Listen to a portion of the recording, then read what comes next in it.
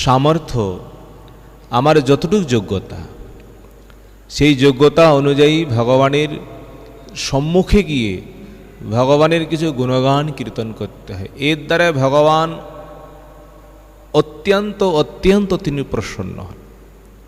যে কেউ হোক না কেন, সম্মুখে তাহার গুণগান করলে, তার প্রশংসা করলে সবাই প্রসন্ন হয়। আর ভগবানের গুণগান করলে, ভগবানের যদি কিছু মহিমা কীর্তন করা হয়, তাহলে সেই ভক্তের প্রতি ভগবান অতীব প্রসন্ন হয়। এই জন্য আমাদের কি করতে হবে? আমাদের সেই রকম যোগ্যতা নেই, আমাদের সেই রকম আধার নেই যে আমরা কিছু রচনা করে ভগবানকে শোনাতে পারবো তার গুণাবলী। গুরু বৈষ্ণবগণ যেমন তারা ভগবানকে স্তব করেছেন, যেমন তার গুণগান করেছেন, সেই গুণগান আমরা আবৃত্তি করব। কত আমাদের গুরুবর্গগণ রয়েছেন, কত আমাদের মহাজনগণ রয়েছেন। প্রহ্লাদ মহারাজ কীভাবে ভগবানকে স্তুতি করেছেন, ধ্রুব মহারাজ কীভাবে স্তুতি করেছেন, অম্বরীশ মহারাজ কীভাবে স্তুতি করেছেন। এই সমস্ত স্তুতি ভগবানের সম্মুখে কেউ যদি আবৃত্তি করে, কীর্তন করে, বলছেন এর দ্বারাই ভগবান অতীব প্রসন্ন। তারপরের সেবাটা হলেন মানসিক সেবা। শরীরের দ্বারায় ভগবানের সেবা, বাক্যের দ্বারায় ভগবানের সেবা, আর মনের দ্বারাও যেন একসঙ্গেই যেন ভগবানের সেবায়, তবেই হবে ভগবত সাক্ষাৎকার। ভগবানকে প্রণাম করলাম, মন অন্য জায়গায় রয়েছে। ভগবানের গুণগান কীর্তন করছি, মন অন্য চিন্তন হচ্ছে, বলে এটা শুদ্ধ, এটা ভক্তি বলে না। এই জন্য মুচুকুন্দ রাজা তিনি ভগবানের চরণে তিনি কি প্রার্থনা করলেন? মুচুকুন্দ রাজা তিনি বলেছিলেন, ভবাপ পারগো ভ্রমত यदा भवेत जनस्य तरह्युत सत्समागम सत्संगम यर्हि तदैव सदगतु परावरे से तई आयते रति। হে প্রভু, এই জগতের মধ্যে আমি যেখানেই অবস্থান করি না কেন,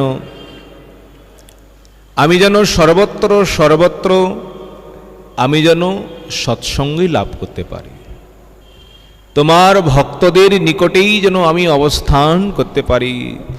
ভক্তের সঙ্গ প্রাপ্ত হলে, ভক্তের কৃপা হলে, তাহলে কি হবে? মুচুকুন্দ তিনি বলেছিলেন, সৎসঙ্গম জরহি তদৈব সদগত, তবেই আমাদের সদগতি, আমাদের সংসার থেকে উদ্ধার হয়ে যাবে। শেষে তিনি হাত জোড় করে বলেছিলেন, প্রভু, এই জগতের মধ্যে আমার কোনো বিষয় বাসনা, আমার মনের মধ্যে কোনো এই ধরনের ইহজগৎ পরজগতের জন্য কোনো আমার স্পৃহা নেই। আমি তোমার কাছে কোনো কিছু চাই না, তুমি একটাই আমাকে প্রদান করো। কি প্রদান করো?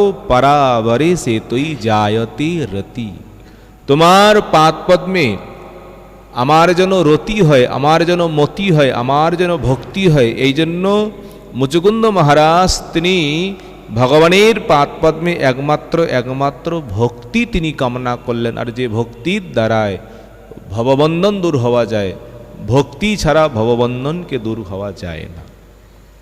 এই জন্য যারা ভগবানের ভক্ত, তারা একমাত্র ভগবানের নিকটে তারা ভক্তি কামনা করেন, ভক্তি প্রার্থনা করেন। ভক্তি ছাড়া অন্য কিছু তারা কামনা করে না।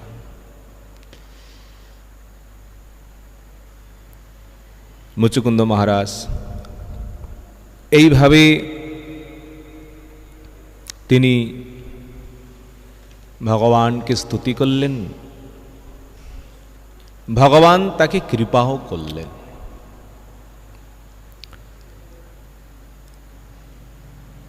প্রণাম করলেন, ভগবানের পরিক্রমা করলেন 4 বার। ভগবান তিনি আবার মথুরায় তিনি আগমন করলেন। এখন মুচুকুন্দ সেই গুফা হইতে তিনি এখন বেরিয়ে পড়লেন। সেই সত্যযুগে তিনি প্রবেশ করেছিলেন, আর সেই গুফার মধ্যে তিনি ঘুমিয়েছিলেন। দেবতাদের কাছ থেকে তিনি বর চেয়েছিলেন, ঘুমানোর বর। তাহলে কত যুগ ঘুমালো, এর থেকে কে বেশি ঘুমাতে পারে?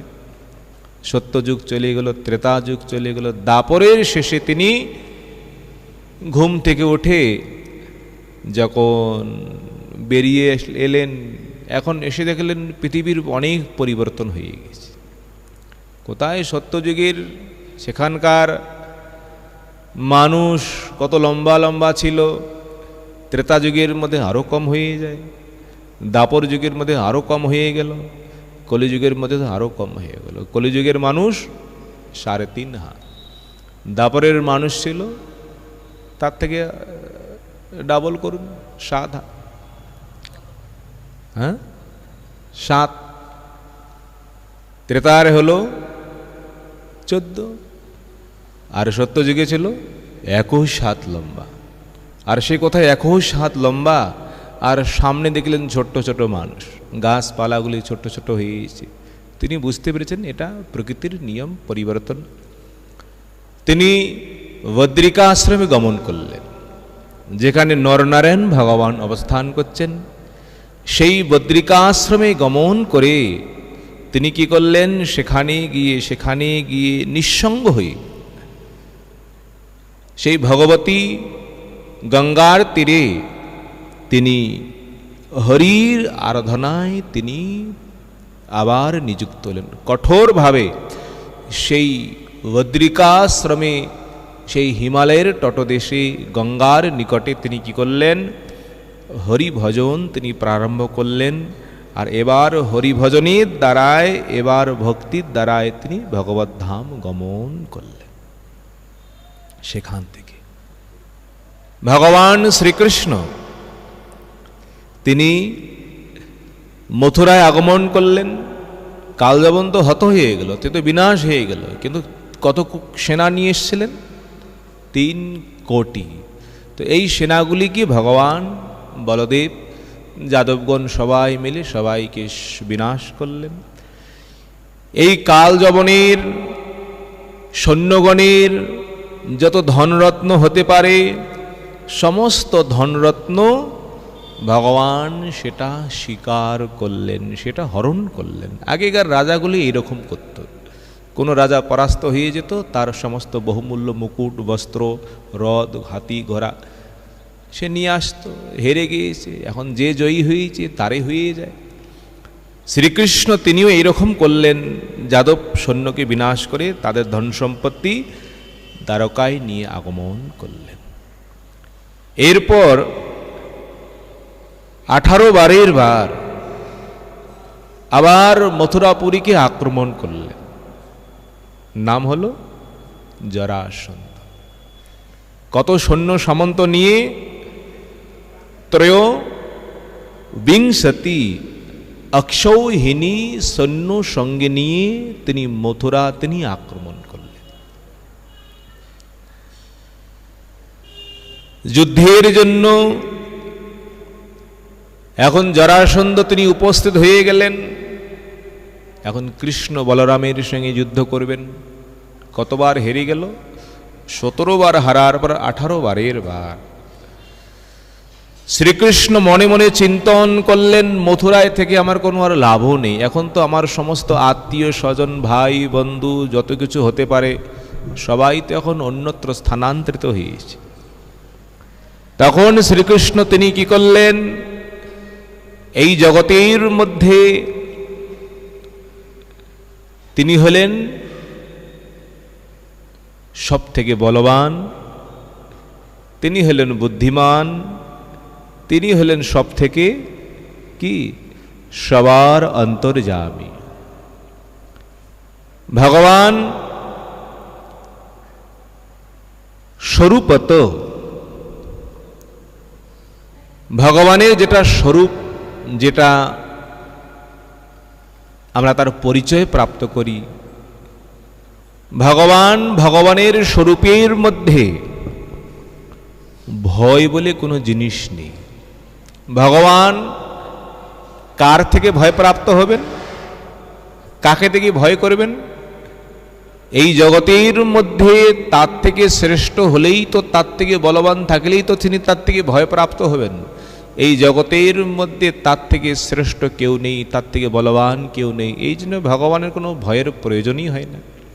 কিন্তু ভয় শূন্য হইলেও, তিনি নির্ভয় হইলেও কখনো কখনো সাধারণ মনুষ্যবৎ তিনি লীলা করতে গিয়ে তিনিও ভয়ে ভীত হয়ে গেলেন। ভয়ে ভীত হয়ে কি করলেন? এই 18 বারের বার মথুরাপুরী পরিত্যাগ করলেন, ধন সম্পত্তি পরিত্যাগ করলেন। এখন সেই রাজা জরাসন্ধ তিনি দর্শন করছেন, এবার কোথায় যাবে? ও কৃষ্ণ তো মথুরা পরিত্যাগ করছেন, ধন সম্পত্তি পরিত্যাগ করছেন। ধন সম্পত্তি মথুরা নগরকে পরিত্যাগ করে এখন শ্রীকৃষ্ণ আর বলরাম দুর্দেশ তারা পলায়ন করছেন, তারা ধাবিত হচ্ছেন, সেখান থেকে পালিয়ে যাচ্ছে।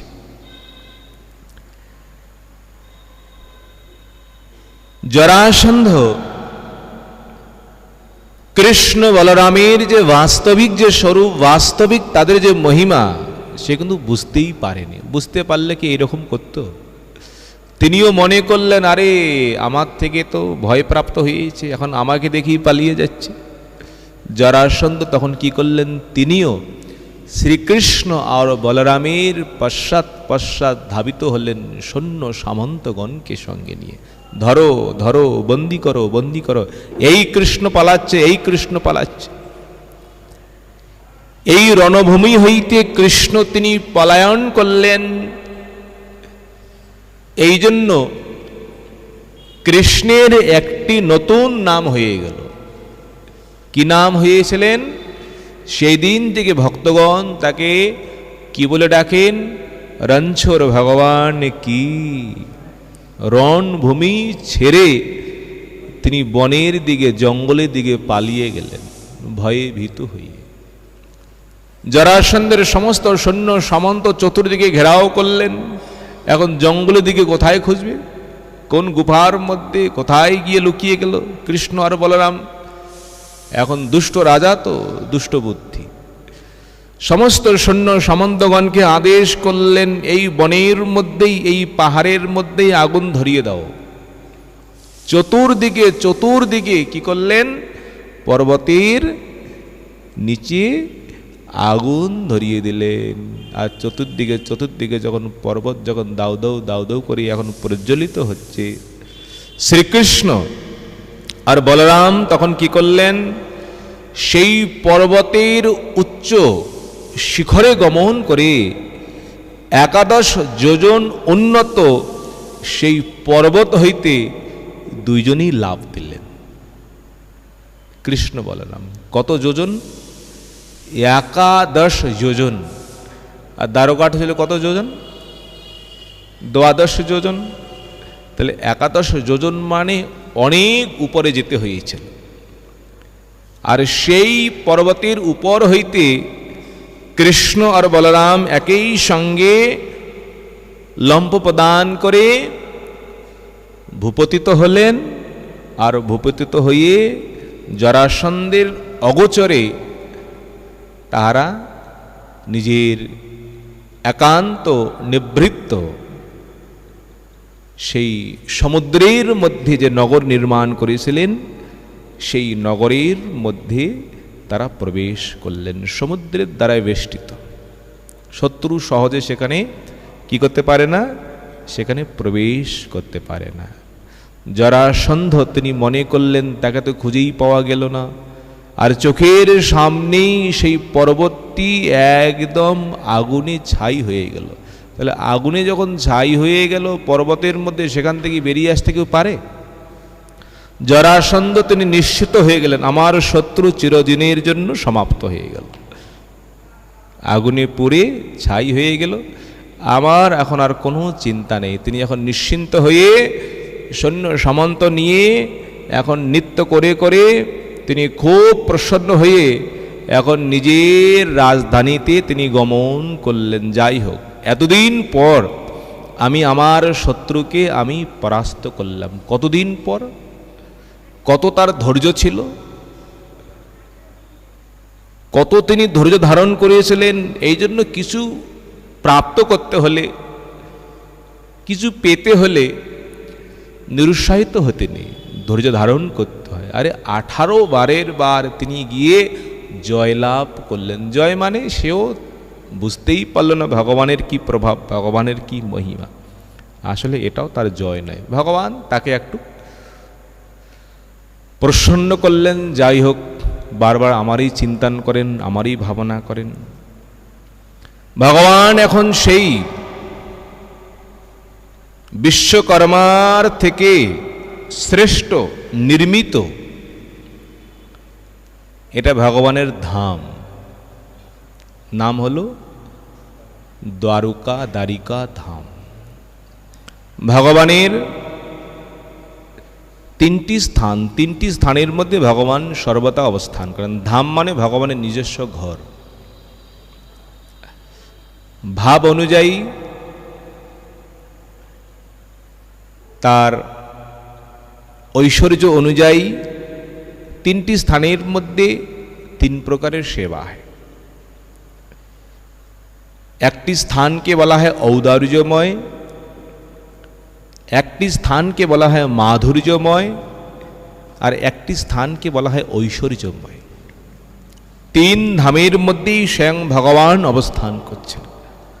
ঔদার্যময় মানে শ্রীধাম নবদ্বীপ, সেখানেও ভগবান রয়েছেন। সেখানে অবস্থান করলেও ভগবানের বাড়িতে, ভগবানের ঘরেই অবস্থান করা হয়। যারা নবদ্বীপে বাস করেন তারা ভগবানের ঘরেই অবস্থান করছেন। মাধুর্যময় ব্রজমণ্ডল 84 ক্রোশ, এটা হলো মাধুর্যময় বৃন্দাবন ধাম।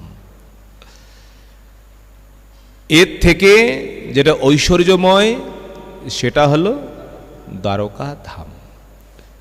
ভগবানের উপাসনা করতে হলে, ভগবানকে স্মরণ করতে হলে, ভগবানের ভজন করতে হলে এই তিনটি ধামের মধ্যে, তিনটি স্থানের মধ্যেই আমাদের অবস্থান করতে হবে। এই তিনটি ছাড়া অন্যত্র আমাদের অবস্থান হতেই পারে না।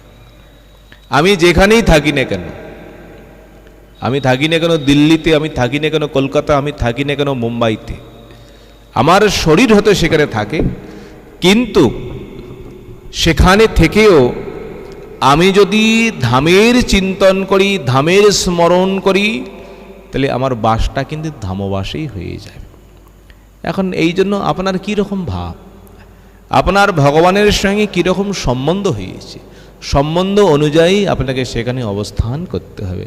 এখন আপনি কি রকম সম্বন্ধ প্রাপ্ত করছেন, এখন আপনার মনের মধ্যে কী রকম ভাব, সেটা আমার থেকে আপনি বেশি বুঝবেন। আমার ভগবানের সঙ্গে কী সম্বন্ধ হয়েছে। এখন ঔদার্য ভাব হলে প্রত্যেক দিন নবদ্বীপ অবস্থান করবেন, গঙ্গায় স্নান করবেন, সেই নবদ্বীপ ধাম পরিক্রমা করবেন, যোগপীঠে গিয়ে গৌর নিত্যানন্দকে দর্শন করবেন মানসিকভাবে। যদি মাধুর্য ভাব হয়ে থাকে, বৃন্দাবনে আগমন করবেন, যমুনায় স্নান করবেন, দ্বাদশ কানন ভ্রমণ করবেন, গিরি গোবর্ধন পরিক্রমা করবেন। যদি ঐশ্বর্য ভাব, দ্বারকায় গমন করবেন, সেখানেও গোমতী গঙ্গা রয়েছে। কি গঙ্গা রয়েছে? গোমতী গঙ্গা রয়েছে। সমুদ্র মহাতীর্থ, সেখানেও সমুদ্র রয়েছে, সেখানেও সমুদ্রে স্নান, গোমতীতে স্নান। সেখানেও দ্বারকাধীশ সেখানে রাজত্ব করেন, সেখানে তার রাস মেহেল। আর সেই হিসেবে অবস্থান যে কোনো স্থানেই হোক, মোট কথা হলো গৌরীয় যারা ভক্ত তাদের জন্য অবস্থানের জন্য তিনটি স্থান মানসিকভাবে, হয় নবদ্বীপ, বৃন্দাবন, না হয় দ্বারকা, যার যেমন ভাব। এই তিনটি স্থানের মধ্যে অবস্থান করতে হবে। আমাদের অহোভাগ্য, আমরা সেই গিরি গোবর্ধন সাক্ষাৎ ভগবানের চরণ তলে আমরা অবস্থান যে পেয়েছি, এটা আমাদের কোনো সাধনের, কোনো ভজনের, কোনো বাহাদুরি নয়, সব গুরুপাদ পদ্মের কৃপা। গুরুদেব কৃপা করে আমাদের এই স্থানটি প্রদান করেছেন একমাত্র গিরিরাজ গোবর্ধনের সেবার জন্য। ভগবান এখন তিনি দ্বারকায় গমন করলেন। এখন দ্বারকায় গমন করে ভগবান তিনি গৃহস্থ লীলা তিনি প্রারম্ভ করবেন। গৃহস্থ কাকে বলে? গৃহে অবস্থান করলেই গৃহী বলা যায় না, তাদেরকে গৃহস্থ বলা হয় না। গৃহিণী যুক্ত গৃহস্থ, যাদের গৃহিণী রয়েছে তাদেরকেই গৃহস্থ বলা হয়। এখন ভগবান গৃহীগণকে গৃহে কিভাবে আমরা অবস্থান করব, কিভাবে দিনচর্যা যাপন করব, নিজের সাধন নিত্য কর্ম অনুষ্ঠান করব, ভগবান এই গৃহস্থ ধর্মে প্রবেশ করে নিজে আচরণ করে তিনি জগৎজীবকে তিনি শিক্ষা দিয়েছেন। তাহলে গৃহী হতে হলে তাকে কি করতে হবে? বলছেন গৃহী হতে হলে তাকে গৃহিণী তাকে গ্রহণ করতে হবে। আর গৃহিণী গ্রহণ করতে গিয়ে, স্বীকার করতে গিয়ে এক এক করে কত গৃহিণী তিনি গ্রহণ করলেন? কতগুলি পত্নী? 16,108। তো 16,108, তাহলে সর্বপ্রথম ভগবান কাকে তিনি বিবাহ করেছিলেন? এই সমস্ত প্রশ্ন পরীক্ষিত সুখদেবের চরণের জিজ্ঞাসা করলেন, গুরুদেব কৃপাপূর্বক বর্ণন করুন। এখন ভগবান এই দ্বারকায় গিয়ে তিনি কিভাবে গৃহস্থ লীলা তিনি প্রারম্ভ করলেন, কিভাবে তিনি বিবাহ করলেন, এই সমস্ত লীলা আপনি বর্ণন করুন। এখন ভগবানের বিবাহ লীলা বর্ণন করতে গিয়ে সুখদেব গোস্বামী তিনি সর্বপ্রথম তিনি বর্ণন করেছিলেন, রাজা আশিত ভীষ্মকো নাম বিদর্ভাধিপতির মহান তস্য পঞ্চা ভবন পুত্রা কন্যৈকা চ বরানন। বিদর্ভ নগরীর মধ্যে বিদর্ভপতি যিনি রাজা ছিলেন তার নাম হলেন ভীষ্মক মহারাজ। কি নাম ছিল? ভীষ্মক মহারাজ। তার 5টি পুত্র ছিল, পঞ্চপুত্র। পঞ্চপুত্র আর একটি মাত্র কন্যা। আর এই কন্যা বরাননা, বরা মানে রূপে গুণে স্বভাব, মানে সব থেকে শ্রেষ্ঠ। এত রূপবতী, এত গুণবতী, এইরকম জগতের মধ্যে এইরকম কন্যা দর্শন হয় না। কিন্তু কার গৃহে অবস্থান করছেন? কোন রাজার গৃহে? ভীষ্মক রাজার গৃহে। আর ইনি হলেন সাক্ষাৎ লক্ষ্মী, নাম হলেন মাতা রুক্মিণী দেবী। পিতার গৃহে তিনি অবস্থান করছেন। মাঝে মধ্যে ভগবানের পরম ভক্ত দেবর্ষি নারদ তিনি সেখানে গমন করতেন। দেবর্ষি নারদের সেবা করতেন, প্রণাম করতেন, ভক্তি করতেন, আর ভক্ত ভগবানের গুণগান কীর্তন করতেন। দেবর্ষি নারদ রুক্মিণী দেবীর নিকটে তিনি শ্রীকৃষ্ণের রূপের মহিমা বর্ণন করেন। জগতের মধ্যে শ্রীকৃষ্ণের সমান এই জগতের মধ্যে কারো রূপ হতেই পারে না, সব থেকে বড় রূপবান। আচ্ছা, রূপ থাকলে আর সেই রূপের প্রতি এই জগতের মধ্যে কে আকৃষ্ট হয় না? এমন কে রয়েছে রূপের প্রতি আকৃষ্ট হয় না? আর এই সম্পূর্ণ জগৎ যত মোহিত হচ্ছে, যত আকৃষ্ট হচ্ছে, সর্বপ্রথম রূপ দর্শন করে। কি দর্শন করে? রূপে আকৃষ্ট, রূপে মোহিত হয়ে যায়। তাহলে সব থেকে যিনি রূপবান, আচ্ছা তার যদি দর্শন হয় তাকে ভুলতে পারবো? এই জন্য আমরা ভগবানকে আমরা ভুলে যাচ্ছি। কেন? ভগবানের রূপ আমাদের দর্শন হচ্ছে না। ভগবানের যদি দর্শন হয়ে যায়, এই জগতের মধ্যে আমাদের কোথাও মন গমন করবে না, একমাত্র মন ভগবানের চিন্তা করবে। কেন? তিনি হলেন সব থেকে বড় রূপবান। এই জন্য দেবর্ষি নারদ রুক্মিণী দেবীর নিকটে সর্বপ্রথম ভগবানের কি বর্ণন করলেন? রূপের গুণগান করলেন। তার মতন রূপ, তার মতন অঙ্গের অবয়ব, তার নেত্র, তার বক্ষস্থল, তার দুইটি ভুজা বাহু, কি অদ্ভুত বর্ণন করলেন। তার নাসিকা, তার ওষ্ঠ আধারামৃত। রূপ বর্ণন করার পর তারপরে বর্ণন করলেন ভগবানের গুণের মহিমা। আচ্ছা, গুণের দ্বারাও লোক আকৃষ্ট হয়ে যায়, গুণের দ্বারাও মোহিত হয়ে যায়। এই সব জগতের মধ্যে কেবল কেবল এটা কিসের? এই রূপ বলুন, গুণ বলুন, এটা একমাত্র জগতের বন্ধনের কারণ। দেবর্ষি নারদ ভগবানের গুণের মহিমা বর্ণন করলেন। এইরকম গুণবান জগতের মধ্যে হতেই পারে না। সমস্ত গুণ তার মধ্যে রয়েছে। তার বীর্যের গুণগান করলেন। বীর্য মানে শক্তি। তিনি হলেন সব থেকে শক্তিমান, বলবান। তিনি হলেন সব থেকে সব কিছুর মধ্যে। আর এই সমস্ত গুণাবলী শ্রবণ করে রুক্মিণী দেবী এখনো ভগবানকে দর্শন করেন নাই, কেবল শ্রবণ করলেন। শ্রবণ করে মনে প্রাণে সেই শ্রীকৃষ্ণকে তিনি পতিরূপে বরণ করলেন। যদি আমাকে বিবাহেই করতে হয়, যদি পতি গ্রহণেই করতে হয়, আমি এই পুরুষকেই আমি পতিরূপে গ্রহণ করব, যিনি জগতের মধ্যে সর্বশ্রেষ্ঠ, যিনি সব থেকে রূপবান, সব থেকে গুণবান, সব থেকে বলবান।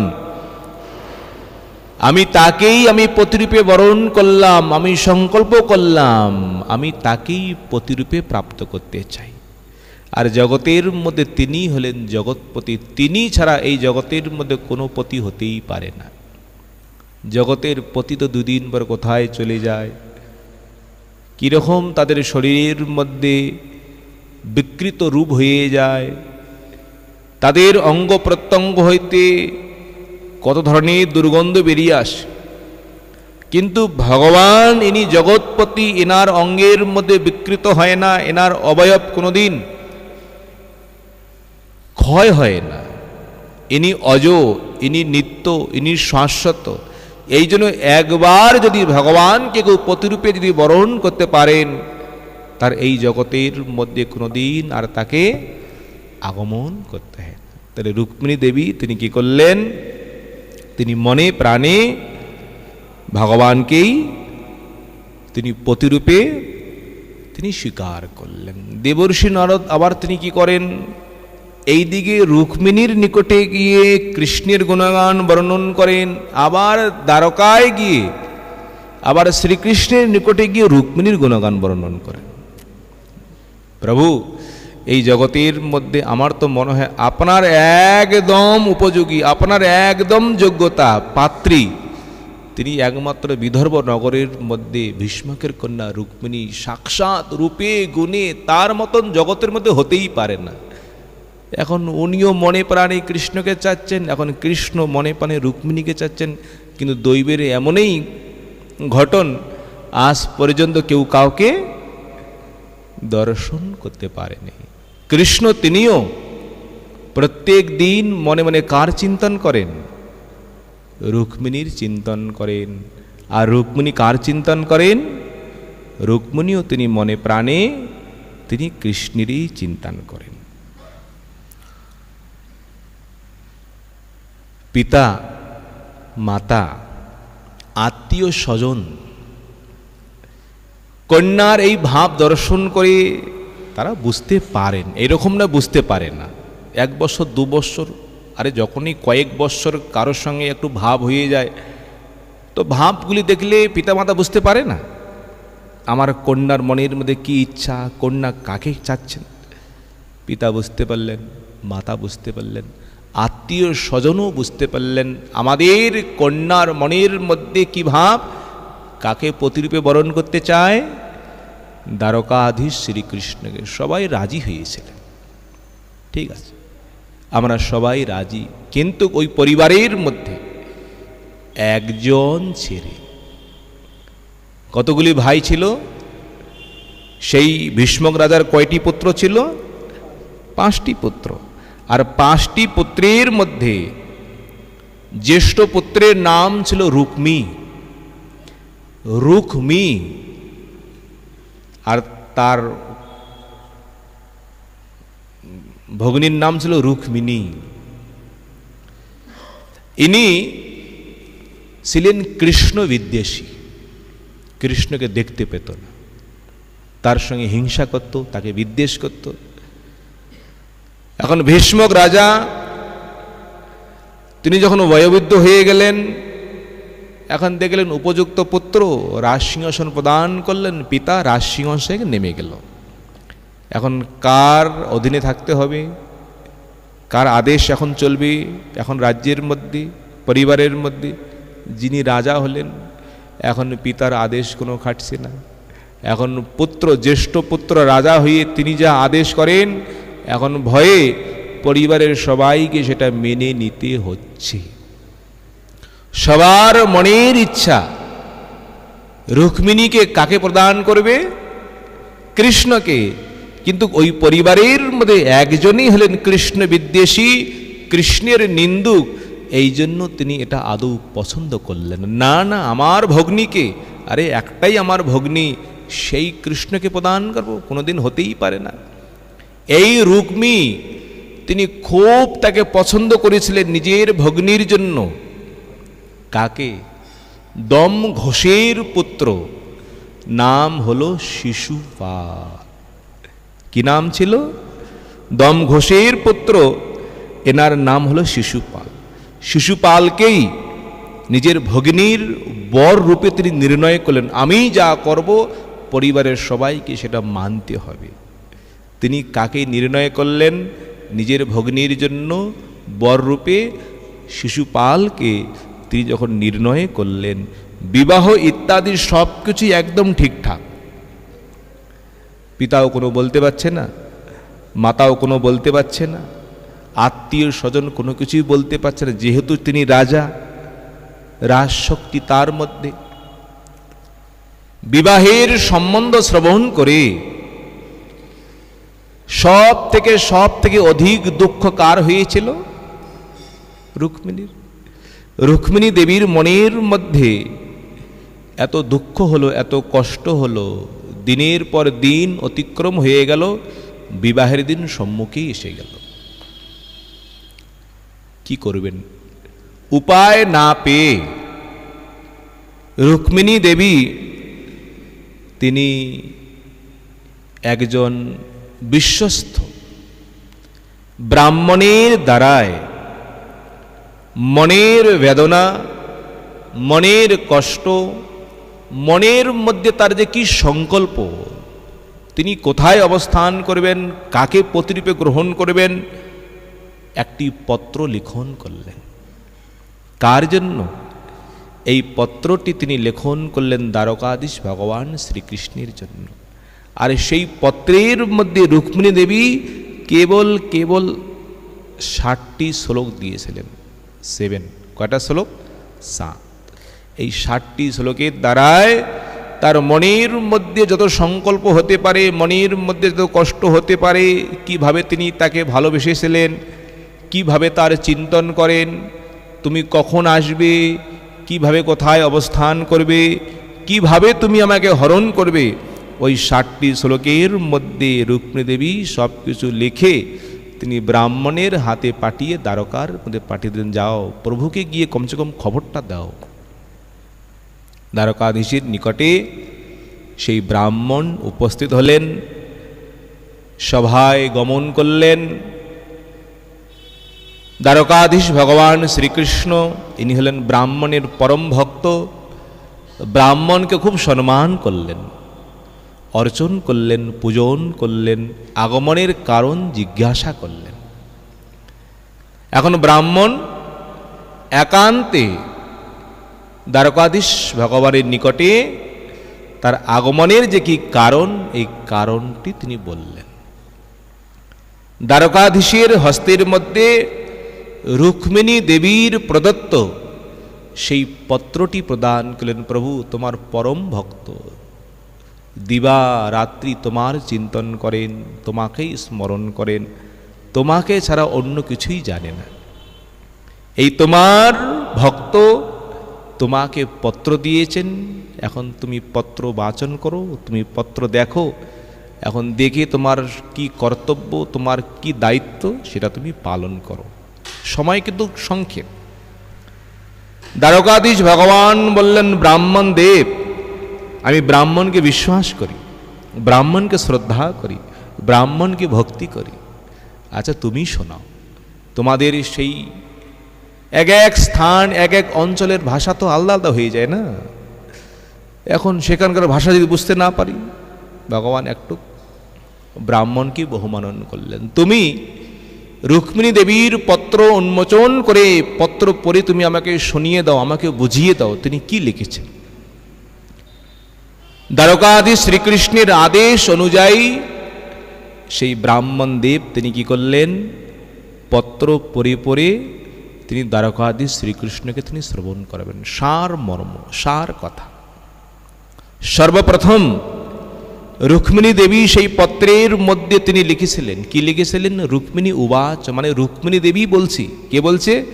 আমি বলছি, প্রভু।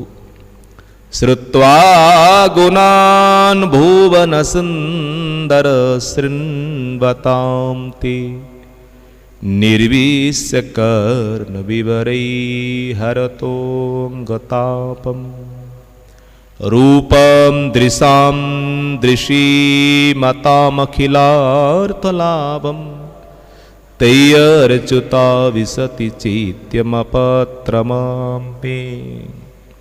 রুক্মিণী দেবী প্রথম শ্লোকের মধ্যে তিনি বর্ণন করলেন, শ্রুত্বা গুণান ভুবন সুন্দর তে, তে মানে তোমার। সর্বপ্রথম রুক্মিণী দেবী ভগবানকে কি ধরে সম্বোধন করলেন? ভুবন সুন্দর। তিনি রূপের গুণগান শুনেছিলেন, তিনি দর্শন করেন নাই, কিন্তু শ্রবণ করে দ্বারকাধীশকে তিনি সম্বোধন করলেন, হে ভুবন সুন্দর, এই জগতের মধ্যে একমাত্র তুমি একমাত্র রূপবান, তুমি একমাত্র সুন্দর, এই জন্য তোমাকেই আমি বলছি। কি বলছি? শ্রুত্বা গুণান। আজ পর্যন্ত তোমাকে দর্শন করার আমার সৌভাগ্য হয় নাই, কিন্তু হ্যাঁ এতটুকু আমার সৌভাগ্য হয়েছে, তোমার গুণাবলী, তোমার কথা শ্রবণ করার আমার সৌভাগ্য হয়েছে। শ্রুত্বা গুণান, আমি তোমার গুণগান শ্রবণ করেছিলাম। শ্রবণ করতে হলে কিসের দ্বারায় শ্রবণ করতে হয়? কর্ণের দ্বারায়। এই জন্য রুক্মিণী বললেন, কর্ণ বিবরৈ নির্বিশ্য। যে সময় তোমার গুণগান আমি শ্রবণ করেছিলাম একান্ত চিত্তে শ্রদ্ধাযুক্ত হয়ে কর্ণের দ্বারায়, আর তোমার এক এক গুণ এক এক রূপ তোমার মহিমা যখন আমার কর্ণ বিবরের মধ্যে, যখন আমার হৃদয়ে যখন প্রবেশ করলেন, তোমার কথার দ্বারায়, তোমার রূপের দ্বারায়, তোমার নামের দ্বারায় হরত অঙ্গ তাপম। হে প্রভু, আমার অঙ্গের মধ্যে যত তাপ ছিল, তাপ মানে কষ্ট, জ্বালা, যন্ত্রণা, তাপ, সন্তাপ, তাহলে সমস্ত তাপ, হরত অঙ্গ তাপ, সমস্ত তাপ দূর হয়ে গিয়েছিল একমাত্র তোমার কথা শ্রবণ করে, তোমার গুণগান শ্রবণ করে। তাহলে প্রভু, তোমার কথার মধ্যে এমন কি শক্তি রয়েছে, তোমার লীলার মধ্যে এমন কি শক্তি রয়েছে যে তোমার লীলা শ্রবণ করে, তোমার নাম শ্রবণ করে, তোমার কথা শ্রবণ করে আমার সমস্ত মনের বেদনা, মনের দুঃখ, মনের জ্বালা যন্ত্রণা সব দূর হয়ে গিয়েছে। প্রভু, এর থেকে জগতের মধ্যে শ্রেষ্ঠ কি হতে পারে? এই জন্য আমাদের প্রত্যেকের এই সংসারের মধ্যে আমাদের যত জ্বালা যন্ত্রণা, এটা তো থাকবেই, সংসারটাই জ্বালা যন্ত্রণাময়। আর এই জ্বালা যন্ত্রণাময় সংসারের মধ্যে অবস্থান করে যারা নিয়ম করে প্রত্যেক দিন ভগবানের গুণগান, ভগবত নাম কীর্তন করবেন, স্মরণ করবেন, চিন্তন করবেন, শ্রবণ করবেন, তাদের হৃদয়ের মধ্যে কোনো সময় আর সেই জ্বালা যন্ত্রণা তাদেরকে কষ্ট দিতেই পারে না। কর্ণের দ্বারা শ্রবণ করবেন, জিহ্বার দ্বারায় কীর্তন করবেন, মনের দ্বারায় স্মরণ করবেন। কোনো স্থানের মধ্যে কোনো অঙ্গের তাপ থাকতেই পারে না। কে বললেন? রুক্মিণী দেবী বর্ণন করলেন। হরতো অঙ্গ তাপম রূপম দৃশাম দৃশি মতা মখিলার্ত লাভম। যেদিন তোমাকে আমি দর্শন করতে পারবো, আমি শুনেছিলাম তোমার এই রূপ, সেই দিন আমার নেত্র সার্থক হয়ে যাবে। কি হয়ে যাবে? যেদিন তোমাকে দর্শন করব আমার নেত্র সার্থক হয়ে যাবে। যেদিন তোমার চরণের সেবন করব আমার শরীর সার্থক হয়ে যাবে। প্রভু, তাহলে আমার কি এটা সৌভাগ্য হবে না? আমি মনে প্রাণে তোমাকে প্রতিরূপে স্বীকার করেছি, প্রতিরূপে তোমাকে আমি বরণ করেছি। তাহলে তোমাকে কি করতে হবে? তাহলে তোমাকে অবশ্যই অবশ্যই আমাকে উদ্ধার করতে হবে। তুমি অবশ্যই শুনেছ, আমার অনিচ্ছা সত্ত্বেও আমার বিবাহ আমার জ্যেষ্ঠ ভ্রাতা অন্যত্র তিনি সব কিছু ঠিকঠাক করেছেন, কিন্তু আমার সেখানে ইচ্ছা নেই। আমার ইচ্ছা হলো তোমার চরণে। আর তোমাকেও কি করতে হবে? ভক্তকে উদ্ধার করতে হবে, ভক্তকে রক্ষা করতে হবে। এই জন্যেই তুমি অবতরিত হয়েছ। আর মনে রাখো, তুমি যদি আমাকে উদ্ধার না করো, তুমি যদি আমাকে রক্ষা না করো, এই জগতের মধ্যে আমি অন্যত্র গমন করব না।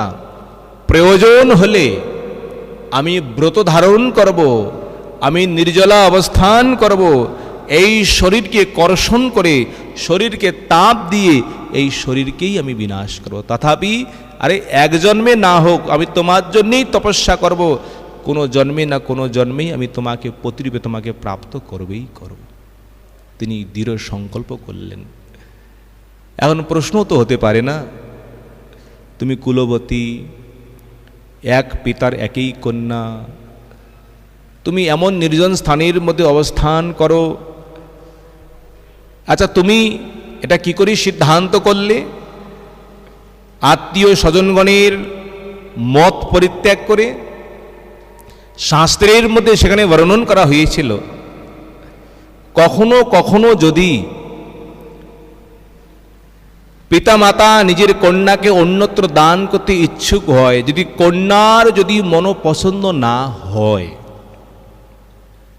তার রূপ, তার গুণ, তার চরিত্র, তার ব্যবহার, সে যদি ইচ্ছা করে তিনি অন্যত্র তিনি গমন করতে পারেন, অন্য সুপুরুষের নিকটে। এর মধ্যে কোনো দোষ হয় না। আমি তাই করেছি। আর তোমাকে কি করতে হবে? বিবাহের পূর্বদিন এই অম্বিকা মন্দিরের, দুর্গা মন্দিরের সম্মুখে তোমাকে অবস্থান করতে হবে। আমাদের কুল প্রথা, কুল পরম্পরা রয়েছে। কি পরম্পরা? বিবাহের পূর্বদিন মন্দিরে আমাকে গমন করতে হয়, আর সেই মন্দিরে গিয়ে আমি পূজন করব। মন্দির থেকে আমি বেরিয়ে আসব, তুমি আমাকে সেখানে আমাকে গ্রহণ করবে, গ্রহণ করে তুমি দ্বারকার মধ্যে নিয়ে আসবে। এই হলো আমার মনের কথা। বিবাহের কেবল 3 রাত্রি পূর্বেই এই সংবাদটি দ্বারকাধীশ ভগবান তিনি প্রাপ্ত করলেন। কয় রাত্রি পূর্ব? 3টি রাত্রি পূর্ব। এখন এত কম সময়ের মধ্যে এখন দ্বারকাধীশ ভগবান তিনি কি করবেন? সঙ্গে সঙ্গে দ্বারকাধীশ ভগবান তিনি সেই কুণ্ডিনপুরে গমন করার জন্য, সেই রুক্মিণী দেবীর নিকটে গমন করার জন্য নিজের মন্ত্রীকে আদেশ করলেন। কি নাম ছিল তার মন্ত্রীর নাম? নাম ছিলেন দারুক। দারু সুন্দরভাবে রথ সাজিয়ে নিয়ে এলেন। শ্রীকৃষ্ণ সেই রথের মধ্যে বসলেন, আর এক রাত্রির মধ্যেই সেই রথকে নিয়ে কোথায় উপস্থিত হলেন? এক রাত্রির মধ্যেই সেই রথকে নিয়ে সেই কুণ্ডিনপুরের মধ্যেই উপস্থিত হয়ে গেলেন। বিবাহের আগের দিন। এখন বিবাহের আগের দিন অনেক বিবাহের শুভকর্ম থাকেন, এদিকে কি হলো, সেই স্থানের মধ্যে ভীষ্মক রাজা উপায় না পেয়ে শিশুপালকেই তিনি এখন কন্যা সম্পাদন করবেন ইচ্ছুক হয়ে এখন আনুষঙ্গিক যে সমস্ত গৃহকর্ম রয়েছেন, যে সমস্ত শুভকর্ম রয়েছেন, এই সমস্ত শুভকর্ম তিনি এখন প্রারম্ভ করলেন বিবাহের পূর্বদিন। স্বাভাবিক স্বভাবত বিবাহ গৃহে যদি অনুষ্ঠিত হয় তাহলে গৃহগুলি আমরা কিভাবে সাজাই? সবাই ভীষ্মক রাজা নিজের নগরকে সুন্দর করে সাজিয়ে তুললেন, যেহেতু আমার কন্যার বিবাহ হবে। সমস্ত মার্গগুলি সুন্দরভাবে সাজিয়ে গুজিয়ে তিনি সব কিছু প্রস্তুত করলেন। এই দিকে বরযাত্রী আসবে, এই দিকে নিমন্ত্রিত লোক আসবে, এই দিকে আমার রাজন্যগণ আগমন করবেন। সর্বত্র সুগন্ধিত পুষ্প বাড়ি ইত্যাদির দ্বারায় সেই নগরকে সুন্দর সুন্দর করে সাজানো হয়েছিল। এখন বিবাহের পূর্বদিন বিবাহ করার জন্য এখন খুব আনন্দিত হয়ে, খুব মনের মধ্যে আশা নিয়ে চেদিরাস, নাম হলো দমঘোষ, আর এই দমঘোষের পুত্র নাম হলো শিশুপাল। এই দমঘোষের পুত্র শিশুপাল তিনি কি করলেন, সেই বিবাহের জন্য সেই কুণ্ডিনপুরের মধ্যে তিনি সকাল সকাল তিনি প্রবেশ করলেন বরযাত্রীকে নিয়ে, খুব আনন্দিত হয়ে নগরের মধ্যে প্রবেশ করলেন। আর ভীষ্মক রাজা তিনি কি করলেন, এই সমস্ত বরপক্ষকে তিনি খুব সম্মানের সহিত আদর করলেন, অর্চন করলেন, সবাইকে অবস্থানের জন্য বাসস্থান প্রদান করলেন। যেহেতু বিবাহ হবে, বিবাহের জন্য সবাই আগমন করলেন। সেই বিবাহের মধ্যে কারা কারা আগমন করেছিলেন, সুখদেব গোস্বামী তাদের নামও বর্ণন করলেন। বিশেষ করে প্রধান অতিথি ইনি হলেন মগধ রাজ চক্রবর্তী সম্রাট, ইনি হলেন জরাসন্ধ। ইনি সব থেকে বড় কৃষ্ণ বিদ্বেষী। শিশুপালকে খুব ভালোবাসতেন। কেন ভালোবাসতেন? যেহেতু তার মন অনুযায়ী চলে। এই জন্য শিশুপালের বিবাহের জন্য, শিশুপালের বিবাহকে দর্শন করার জন্য কোন রাজা আগমন করলেন? জরাসন্ধ, শাল্ব, দন্তবক্র ইত্যাদি ইত্যাদি রাজন্যগণ নিমন্ত্রিত হয়ে তারা আগমন করলেন। এই সমস্ত রাজন্যগণ এরা সকলেই ছিলেন কৃষ্ণ বিদ্বেষী। তারা সেই বিবাহের মধ্যে আগমন করে তারা পূর্বেই তারা পরামর্শ করেছিলেন। কি পরামর্শ করেছিলেন? এও হতে পারে, কি হতে পারে গো, যদি দ্বারকা হইতে সেই শ্রীকৃষ্ণ আগমন করে যদি আমাদের এই কন্যাকে হরণ করে নিয়ে চলে যায়, তখন আমরা কি করব? সবাই বলেছিলেন আমরা প্রয়োজন হলে আমাদের প্রাণ আমরা প্রদান করব, তথাপি কৃষ্ণকে এখান থেকে কন্যা নিতে দেব না। আমরা সবাই মিলে যুদ্ধ করে শ্রীকৃষ্ণকে পরাস্ত করে আর এই রুক্মিণীকে আমরা কার হাতে প্রদান করব? সবার মনের ইচ্ছা আমরা শিশুপালকেই লাভ করিয়ে দেব। আর এই সমস্ত সংবাদ তারা গোপনে রাখলেন, কাউকে প্রকাশ করলেন না। এই সমস্ত ঘটনা কুণ্ডিনপুরের মধ্যে, এখন কুণ্ডিনপুর এখন বিবাহের জন্য চতুর্দিকে এখন এদিকে গান, এদিকে বাজানা, এদিকে খাওয়া দাওয়া উৎসব নানান ধরনের। এখন ভগবান শ্রীকৃষ্ণ তিনি আগমন করলেন কুণ্ডিনপুরের মধ্যে। এক রাত্রির মধ্যে তিনি বেরিয়ে এলেন। বলদেব প্রভু তিনিও বুঝতে পারলেন আমার কৃষ্ণ তিনি কোথায় গমন করলেন, আমাকে না বলে তিনি বুঝতে পেরেছেন কোনো একটু অঘটন হতেই পারে। কৃষ্ণকে রক্ষা করার জন্য চতুরঙ্গী সেনা নিয়ে, সৈন্য নিয়ে তিনি সেই কুণ্ডিনপুরীর মধ্যে তিনিও গমন করেছিলেন পিছনে পিছনে। আগে কৃষ্ণ, তারপরে কে আগমন করলেন? তারপরে কৃষ্ণ। বিবাহের পূর্ব দিবস রুক্মিণী দেবী তিনি চিন্তায় ব্যাকুল হয়ে গেলেন। একটি দিন বাকি রয়েছে, আরে আগামীকাল তো সকালবেলায় বিবাহে বসতেই হবে। এখনো পর্যন্ত সেই ব্রাহ্মণ দ্বারকা হইতে আর ফিরে এলো না।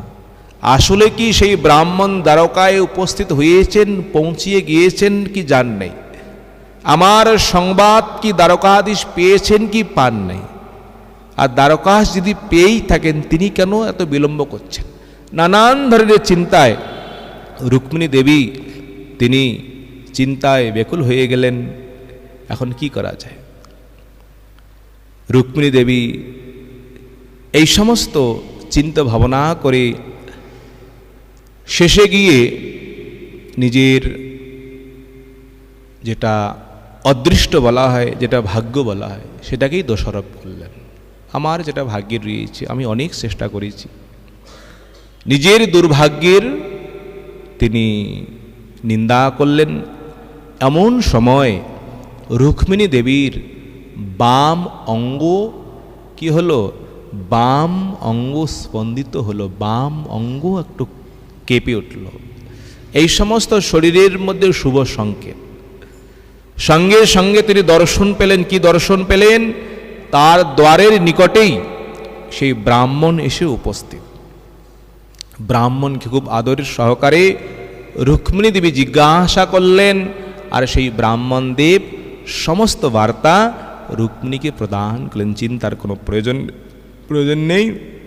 দ্বারকাধীশ তোমাকে হরণ করার জন্যেই তিনি এখন কুণ্ডিনপুরের মধ্যে তিনি প্রবেশ করছেন, কুণ্ডিনপুরের মধ্যে অবস্থান করছেন। ব্রাহ্মণ গিয়ে খবর প্রদান করলেন। এখন রাজা ভীষ্মক দর্শন করলেন, ব্যাপারটা কি?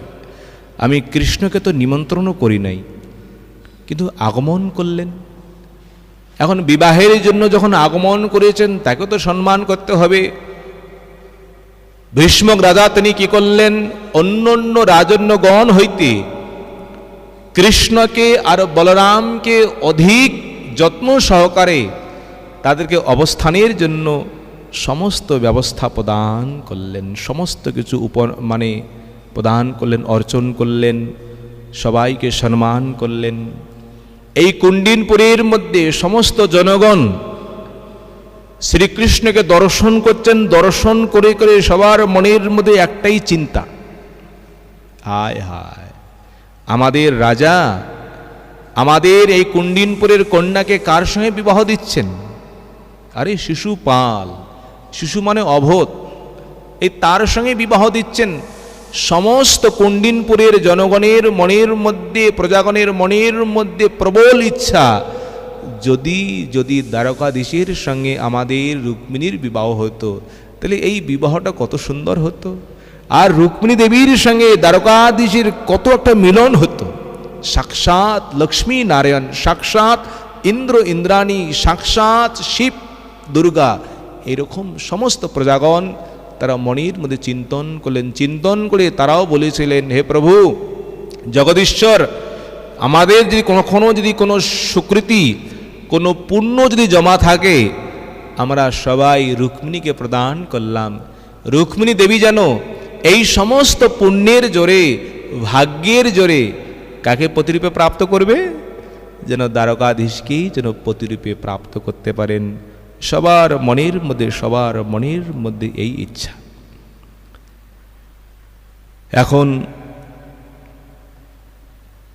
এদিকে রুক্মিণী দেবী নিয়ম অনুসারে তিনি এখন সখীগণকে সঙ্গে নিয়ে, রক্ষীগণকে সঙ্গে নিয়ে, সৈন্য সামন্ত সঙ্গে নিয়ে তিনি অম্বিকা মন্দিরে গমন করবেন। কিসের জন্য? তাদের কুল প্রথা ছিল, কুল নিয়ম ছিল, মায়ের মন্দিরে গিয়ে মাকে পূজন করবেন, মাকে দর্শন করবেন, অম্বিকাকে প্রণাম করবেন, অর্চন করবেন।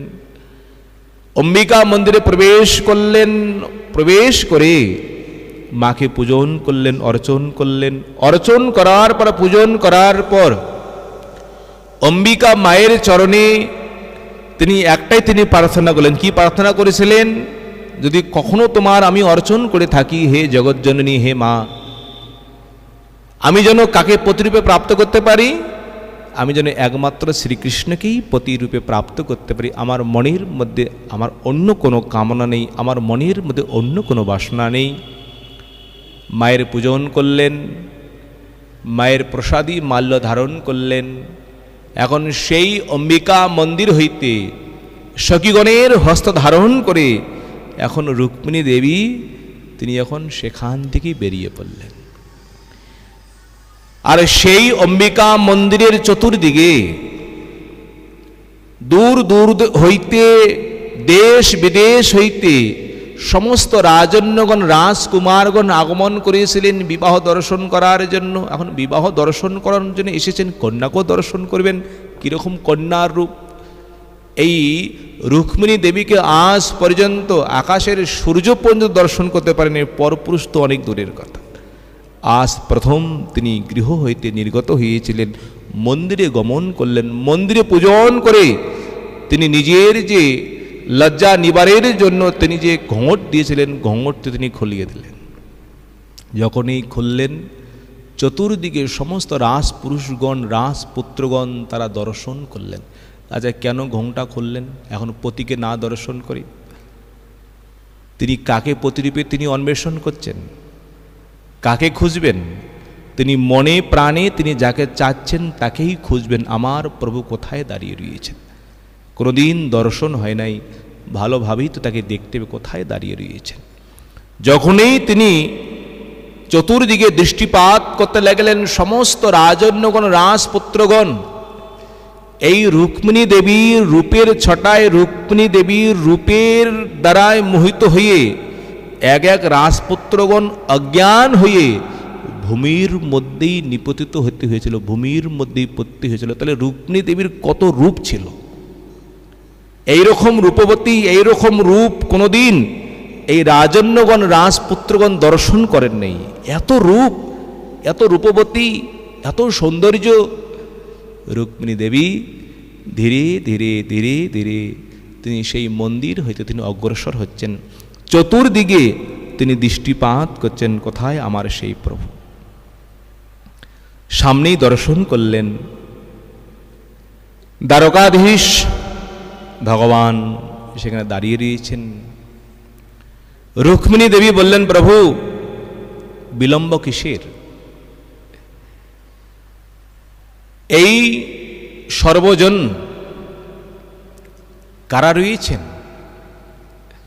যাহারা বরপক্ষ, বরযাত্রী, বর, মনে করুন এনারা বনের মধ্যে এক প্রকার শৃগাল। শৃগাল মানে শিয়াল। তুমি হলো বনের রাজা, আর তোমার যেটা ভাগ, তোমার যেটা ভোজন, আচ্ছা তুমি কেন এই শৃগালগুলির হাতে প্রদান করবে? এটা কিন্তু উচিত নয়। তুমি তোমার বিক্রম, তোমার শক্তি, তোমার সামর্থ্য তুমি প্রদর্শন করে এই সমস্ত শৃগালগুলিকে, এই সমস্ত প্রাণীগুলিকে তুমি দমন করে তুমি আমাকে গ্রহণ করো, আমাকে স্বীকার করো। রুক্মিণী দেবী প্রভুর নিকটে গমন করলেন, দুইটি হাত তুলিয়ে দিলেন। রাখবি মারবি যো ইচ্ছা তোহারা, নিত্য দাসপতি তুহা অধিকারা। প্রভু আমি তোমার পাদপদ্মে শরণাপন্ন আত্মনিবেদন করলাম, এখন তুমি রাখতেও পারো, মারতেও পারো। ভগবান দ্বারকাধীশ সঙ্গে সঙ্গে তিনি কি করলেন? রুক্মিণী দেবীর দুইটি হস্ত ধারণ করে সমস্ত রাজন্যগণের সম্মুখে সবাই তাকিয়ে রয়েছেন, রথের মধ্যে তুলিয়ে নিলেন। আর সেই জনগণ হইতে, সেই রাজধানী হইতে দ্বারকাধীশ ভগবান বেরিয়ে পড়লেন। এখন যখন রথের মধ্যে বসানো হয়ে গেল, হস্ত ধারণ করা হয়ে গেল, হরণ করা হয়ে গেল, এখন চতুর্দিক হইতে সমস্ত রাজন্যগণ, বিশেষ করে জরাসন্ধ, শাল্ব, দন্তপক্র ইত্যাদি সবাই এখন কি করতে শুরু করলেন? সবাই এখন চিল্লাতে শুরু করলেন, আরে ধরো ধরো, আমরা আগেই বলেছিলাম যদি আসে, যদি হরণ করে সেই কৃষ্ণ আমরা কি করব। আমরা সবাই প্রতিজ্ঞা করেছিলাম প্রয়োজন হলে আমরা প্রাণ পর্যন্ত প্রদান করব, তথাপি এই কৃষ্ণকে কণ্ডিনপুর হইতে কন্যাকে আমরা নিতে দেব না, আমরা শিশুপালকেই প্রদান করব। তারা সবাই শ্রীকৃষ্ণের সঙ্গে যুদ্ধ করার জন্য তারা আগমন করলেন। আর শিশুপাল এত দুঃখিত হয়ে গেলেন, তিনি বসে বসে কান্না শুরু করলেন। হায়, এত দুঃখ আর কী করে সহ্য করা যায়। বিবাহ করার জন্য কত আশা নিয়ে এসেছেন, এখন বিবাহের পূর্বদিনেই যদি কন্যা হরণ হয়ে যায়, এর থেকে অপমান, এর থেকে লাঞ্ছনা, এর থেকে গ্লানি জগতের মধ্যে কি হতে পারে। সমস্ত তার বন্ধুগণ শিশুপালের ভগবান শ্রীকৃষ্ণের সম্মুখে আগমন করলেন যুদ্ধ বিগ্রহ করার জন্য। আর ভগবান তিনিও সিংহ যেমন সমস্ত প্রাণীগুলিকে দমন করে নিজের ভাগকে তিনি গ্রহণ করেন, অনায়াসে তিনি সবাইকে দমন করলেন, সবাইকে তিনি সংহার করে রুক্মিণীকে রথের মধ্যে বসিয়ে তিনি এখন দ্বারকার মধ্যে নিয়ে যাবেন। কিভাবে নিয়ে গমন করবেন, কিভাবে বিবাহ করবেন, আমরা আবার আগামীকাল শ্রবণ করব। হরে কৃষ্ণ কৃষ্ণ কৃষ্ণ হরে হরে, হরে রাম রাম রাম হরে হরে, হরে কৃষ্ণ কৃষ্ণ কৃষ্ণ হরে হরে, হরে রাম রাম রাম হরে হরে। হরি বল হরি বল হরি বল হরি বল হরি বল হরি বল হরি বল হরি বল। রাধা দামোদর ভগবান की, राधा कुंड की, श्याम कुंड की, गिरिराज महाराज की, निताई गौर हरि हरि बोल।